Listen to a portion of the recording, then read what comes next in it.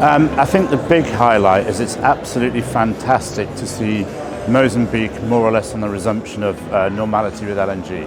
This has been the first conference since Coral started production. Mozambique LNG is getting closer by the day to returning. Rovuma LNG has changed its strategy and is now modular. So we would hope for lots of good news at the summit next year. But at the moment, things are all looking positive for resumptions.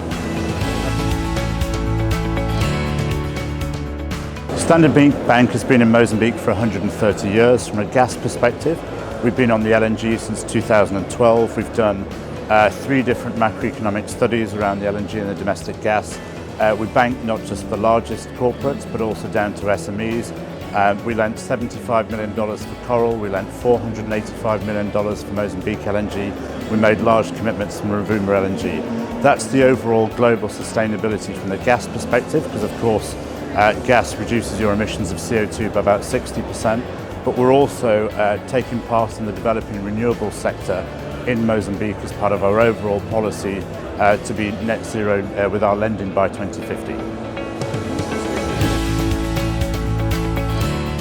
I think one of the most important and underanalyzed elements of Mozambique is the regional contribution it can make. And I'll go south, then north, then west.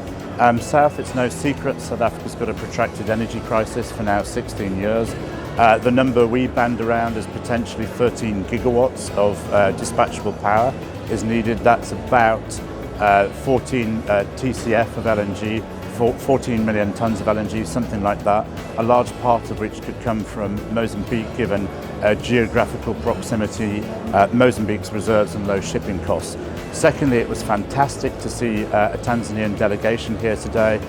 Engineer Sangweni was a client we worked with on producing the macroeconomic study for Tanzania LNG, and we would expect in time gas will also go north through a pipe connection to Tanzania, Kenya and potentially Uganda.